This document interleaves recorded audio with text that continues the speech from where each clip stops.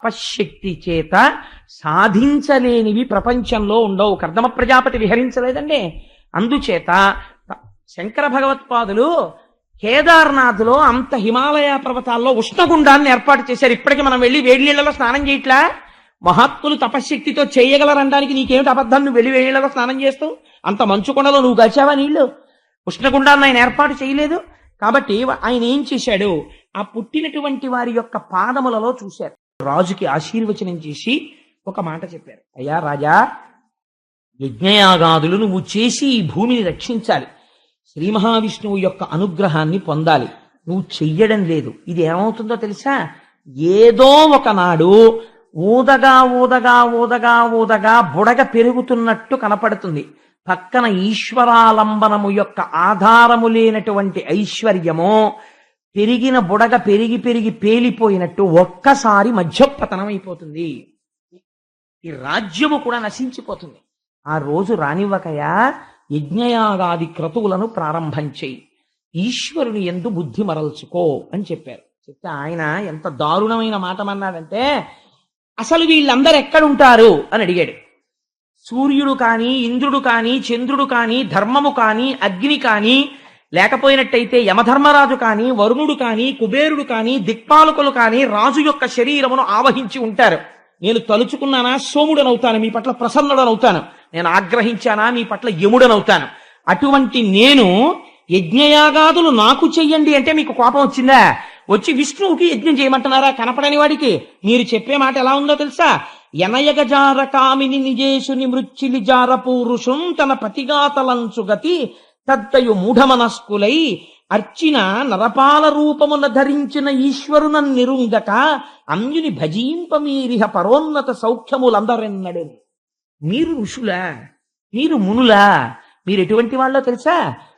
భర్త చాలా కష్టపడి ఆర్జన చేస్తే ఆ ఆర్జన చేసినటువంటి ద్రవ్యంతో భార్యని పోషిస్తుంటే భర్త తెచ్చిన సంపాదన చేత పోషింపబడుతూ జారుడితో తిరుగుతూ వ్యభిచారం చేసిన స్త్రీ ఎటువంటిదో మీరు అటువంటి వారు.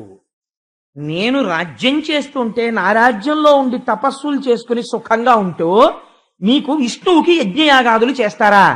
మీకు వ్యభిచారులకు తేడా ఎక్కడుంది? ఇంకొకసారి నోరెత్తితే మీ కుత్తుకలు ఎగిరిపోతాయన్నాడు. అంటే అప్పుడు ఋషులు అన్నారు, ఇహ వీడు మారడు, వీడికి బోధ అనవసరం. కాబట్టి ఇప్పుడు ఏం చెయ్యాలి? ఇంకొకడైతే వాడి కర్మానికి వాడిపోతాడు, కానీ వీడి వల్ల మొత్తం రాజ్యం పోతుంది. కాబట్టి ఇప్పుడు ఇహ వీడు ఉండడానికి వీల్లేదు. వీడు ఉండగా వేరొకడు రాజు కావడానికి ఉండదు. అందుకని వీడిని తీసేయాలి. కాబట్టి ఋషులందరూ హుంకారమును చేశారు. అంటే ఒకసారి కోపమును తెచ్చుకుని అన్నారు. అంత మాట అని అంతే చచ్చిపోయింది. ఎందుకు వచ్చినటువంటి అల్లరి చెప్పండి? మహాత్ముల జోలికి చిట్ట చివరికి వెళ్ళి అహంకారం ప్రబలి ఏమవుతుందంటే ఇదిగో ఇదే అవుతుంది. నిర్దాక్షిణ్యంగా చెప్పేశాడండి వ్యాసుడు. ఇంత పుత్రకామేష్టికి పుట్టినవాడు ఋషుల హుంకారమునకు మరణించినాడు. కానీ ఒక గమ్మత్తు జరిగింది. సునీత ఆయన తల్లి గొప్ప మంత్రశక్తి కలిగినది. ఆవిడ దూరదృష్టితో ఆలోచించింది. రాజ్యానికి రాజు లేడు, ఈ వంశంలోంచి కదా రాజు రావాలి. ఇప్పుడు ఈ రాజు యొక్క శరీరాన్ని దహనం చేసేస్తే ఏం జరుగుతుందో అని తన మంత్రశక్తితో కుమారుడి శరీరాన్ని కాపాడింది. అందుకని ఆ శరీరానికి అంత్యేష్టి సంస్కారం చేయలేదు, అలా ఉంచేశారు వేణుడి యొక్క శరీరాన్ని. పైగా అసలు చెయ్యడానికి వంశమేది? ఆయనకి లేరు. ఆ కారణం చేత కూడా బహుశా అంటే దిక్కుమాలి పిల్లిని ఎవడోళ్ళు లాగేస్తారనుకోండి. నేను ఒకసారి ఒక అందమైన మాట విన్నాను. Why do you fear about death? చాలా మంది దేనికి భయపడతారంటే, అమ్మో చచ్చిపోయాక ఎలాగోనండి, ఎవడు తద్దిరం పెడతాడు, చచ్చిపోయిన తర్వాత తీసుకెళ్లేవాడెవడు, కాస్త పంచభూతాల్లో కలిపేసేవాడెవడు, చచ్చిపోయిన తర్వాత ఈ డ్యూటీ అసలు నీది కానే కాదు. ఎవ్వడూ చేయకపోతే మున్సిపాలిటీ ఉంది, అది కూడా చేయకపోతే ఒక్కొక్క ఉంది చేసేయడానికి, లేకపోతే పంచభూతాలు ఉన్నాయి. అసలు అది మన డ్యూటీ కానే కాదు. చచ్చిపోవడం కూడా మన డ్యూటీ కాదు. చచ్చిపోయిన తర్వాత నీ కర్తవ్యం ఏమీ లేదు. ఎలా జరగాలో అలా జరుగుతుంది. దాని గురించి ఇప్పటి నుంచి నువ్వు వేళ్ళు విరుచుకోవడం ఎందుకు? పూజ చేసుకోవడం మనిషి హాయిగాను. కాబట్టి ఆవిడ మంత్రశక్తి చేత శరీరాన్ని దాస్తే ఒక గమ్మత్తు జరిగింది. ఋషులు కొంతకాలం చూశారు. ఇప్పుడు నేరాల సంఖ్య ఇంకా పెరిగిపోతుంది. శిక్షించే రాజు లేడు. ఇప్పుడు ఇది వాళ్ళ వచ్చింది.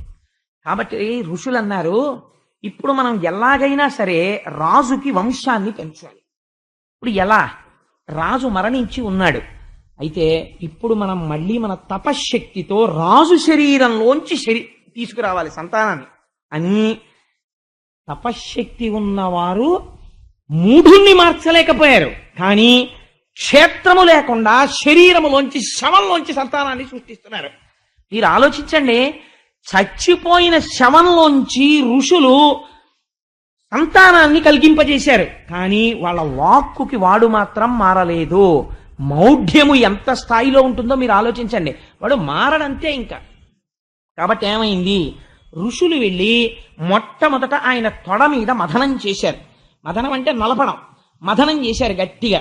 చేస్తే అందులోంచి వాళ్ళ తపశ్శక్తితో ఆ మంత్రముల చేత ఆ మథనములోంచి ఆరని మందనం చేస్తే అగ్నిహోత్రం పుట్టినట్టు బిడ్డడు జన్మించాలి. ఇప్పుడు ఈ తొడ మీద మథనం చేస్తుంటే ముందు ఆయన శరీరంలో ఉన్న పాపము పైకి రావడం మొదలెట్టి, అది శరీరాన్ని అంటుకుని ఉందండి. ఆ మంత్రశక్తికి ఇంకా పాపం అది వదిలిపెట్టలేదు వాడిని. ఏమైంది? అందులోంచి ఒక నల్లటి వాడు బాహుకుడు అనేటటువంటి పేరుతో పొట్టి పొట్టి కాళ్ళు, పొట్టి పొట్టి చేతులు, ఎర్రటి కళ్ళు, రాగి జుట్టుతోటి పుట్టుకొచ్చాడు.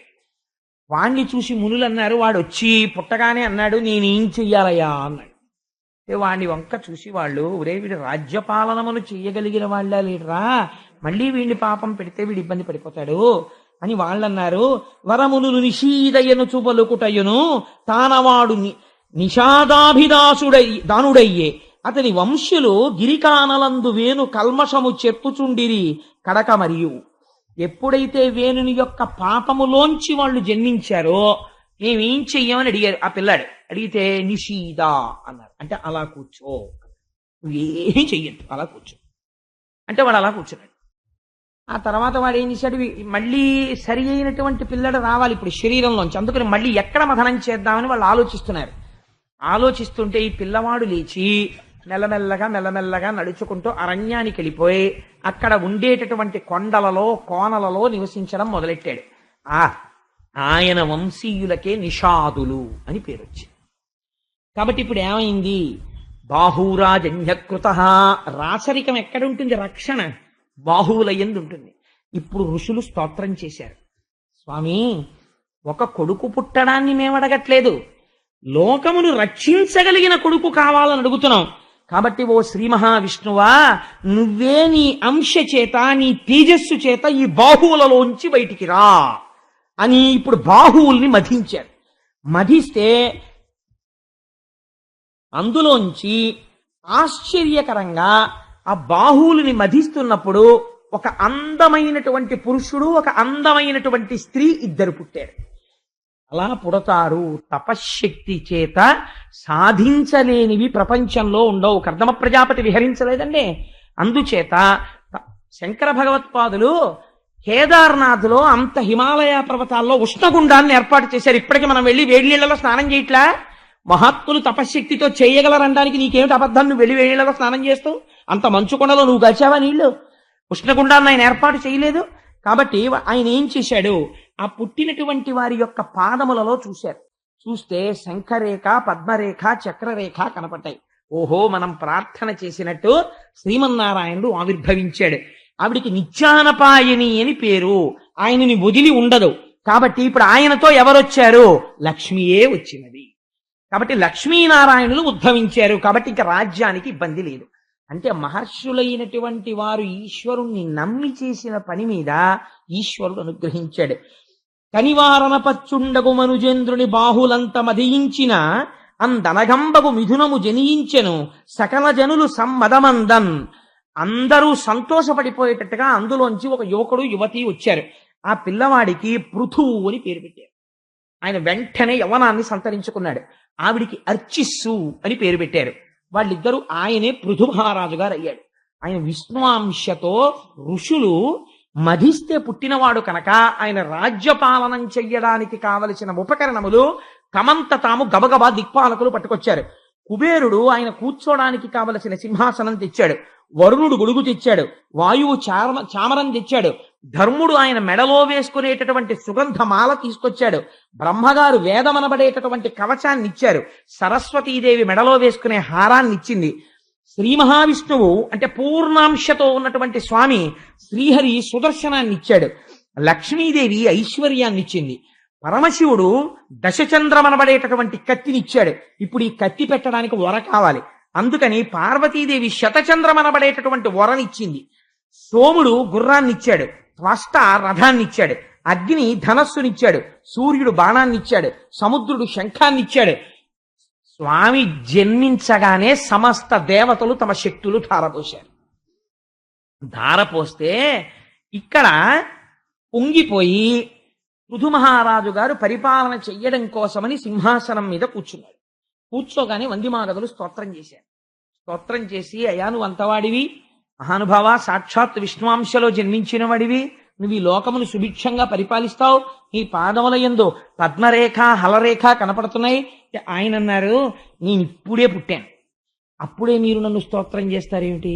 నారాయణుణ్ణి స్తోత్రం చెయ్యండి, నేను ఏదైనా సాధించిన తరువాత నన్ను స్తోత్రం చెయ్యండి అన్నారు. వాళ్ళన్నారు, మేము కేవలం వంది సూతుడు అంటే అదే పనిగా అర్థం ఉన్నా అర్థం లేకపోయినా పొగిడేవాళ్ళం కావు. మేము భూత భవిష్యత్ వర్తమాన కాలములను తెలుసుకుని పొగిడేవాళ్ళం. నిన్ను ఎందుకు పొగుడుతున్నామో తెలుసా?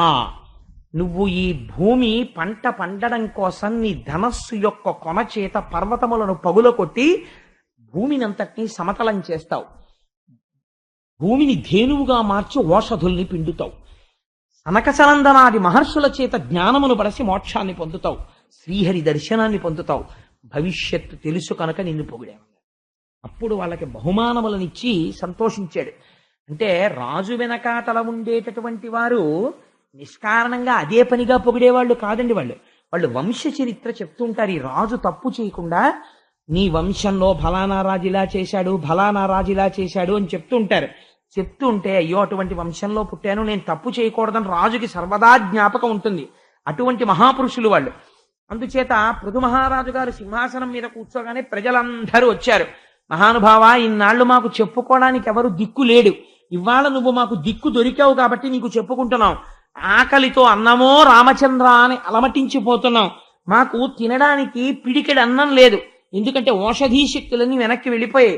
మేము ఇవాళ పంట పండిద్దామన్నా పంటలు పండట్లేదు, నువ్వు మమ్మల్ని అనుగ్రహించవలసింది అన్నారు. అంటే పార్వతీదేవి శాకాంబరి అయినట్టు వెంటనే పృథు మహారాజు గారు తన ధనస్సు పట్టుకుని రథం ఎక్కి భూమిని వెంబడించాడు.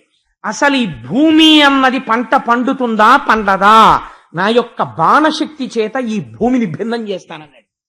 అంటే పృథు మహారాజు గారి యొక్క ఆగ్రహాన్ని చూసి భూమి గోరూపాన్ని పొంది పరిగెడుతోంది భయపడి.